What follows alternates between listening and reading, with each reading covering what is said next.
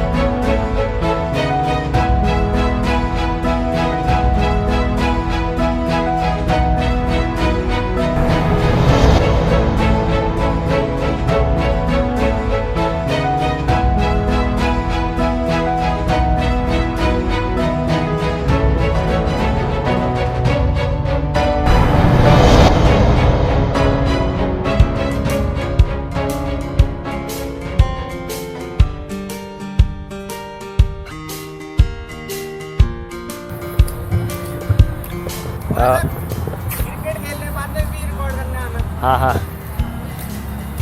বানাৰস হিন্দু ইউনিভাৰ্চিটিত total 75টা hostel আছে। আৰু তাৰে মাজত এইটো এটা অতি ঐতিহ্যমণ্ডিত এটা হোষ্টেল, বিৰলা হোষ্টেল। 14টা ফেকাল্টি, 140টাতকৈও বেছি ডিপাৰ্টমেণ্ট আৰু 30,000তকৈও বেছি ষ্টুডেণ্ট থকা এইখন এছিয়াৰ আটাইতকৈ ডাঙৰ ৰেচিডেন্সিয়েল ইউনিভাৰ্চিটি। এই যি 14টা ফেকাল্টি, যেনে তাত আছে আপোনাৰ arts faculty, commerce faculty, science faculty, এনেকৈ 14টা ফেকাল্টি আছে।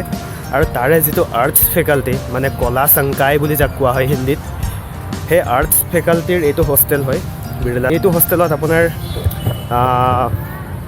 যিখিনি মাষ্টাৰ ডিগ্ৰীৰ ষ্টুডেণ্ট হয়, মানে পষ্ট গ্ৰেজুৱেট যিখিনি ষ্টুডেণ্ট, সেইখিনি ইয়াত থাকে। আৰু PhD যিখিনি স্কলাৰ, সেইখিনি থাকে বিৰলা বিত। আৰু বিৰলা এত থাকে যিখিনি আণ্ডাৰ গ্ৰেজুৱেট ষ্টুডেণ্ট, যিখিনিয়ে BA কৰি আছে, সেই ষ্টুডেণ্টখিনি বিৰলা এত থাকে। আৰু এই বিৰলা এ, বিৰলা বি আৰু বিৰলা চি, এই গোটেই তিনিটা হোষ্টেল মিলাই যদি আপুনি এমূৰৰ পৰা সিমূৰলৈ খোজকাঢ়ে, তেতিয়া কমেও প্ৰায় 350 মিটাৰ এইটো দীঘল এটা হোষ্টেল হয়। এটা হোষ্টেলতে আপোনাৰ 1000তকৈও বেছি ষ্টুডেণ্ট ইয়াত থাকে। আৰু এই ষ্ট্ৰাকচাৰবিলাক যিবিলাক দেখিছে বিল্ডিঙৰ, আপুনি ভালদৰে চালে মন কৰিব একদম আগৰ দিনৰ ৰজা মহাৰাজাৰ ঘৰৰ দৰে শকত শকত একদম খুঁটা, খুব ধুনীয়া এটা ঐতিহ্যমণ্ডিত 100 বছৰৰ পুৰণা এইটো হোষ্টেল। ব'লক ওপৰলৈ যাওঁ, ওপৰৰ পৰাও আপোনাক ভিউটো দেখুৱাম কেনেকুৱা লাগে। আৰু ইয়াৰ পিছফালেও আৰু হোষ্টেল আছে, আৰু ৰুম আছে, সেইখিনিও আপোনাক দেখুৱাম, চাই থাকক।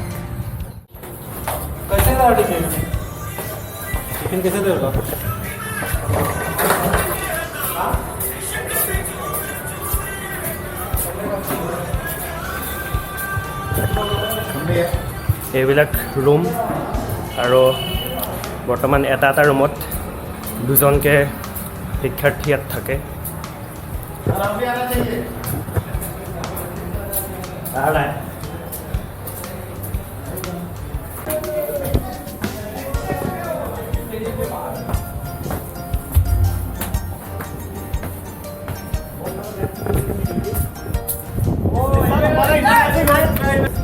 खेलो आ रहा हूँ।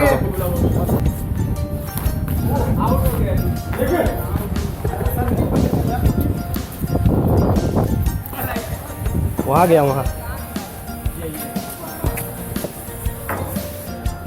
ডক্টৰ ভূপেন হাজৰিকাৰ দৰে বহুতো ডাঙৰ ডাঙৰ মহান মনীষী, বহুত ডাঙৰ ডাঙৰ ব্যক্তি এইখন বিশ্ববিদ্যালয়ৰ পৰাই পাছ কৰি গৈছে।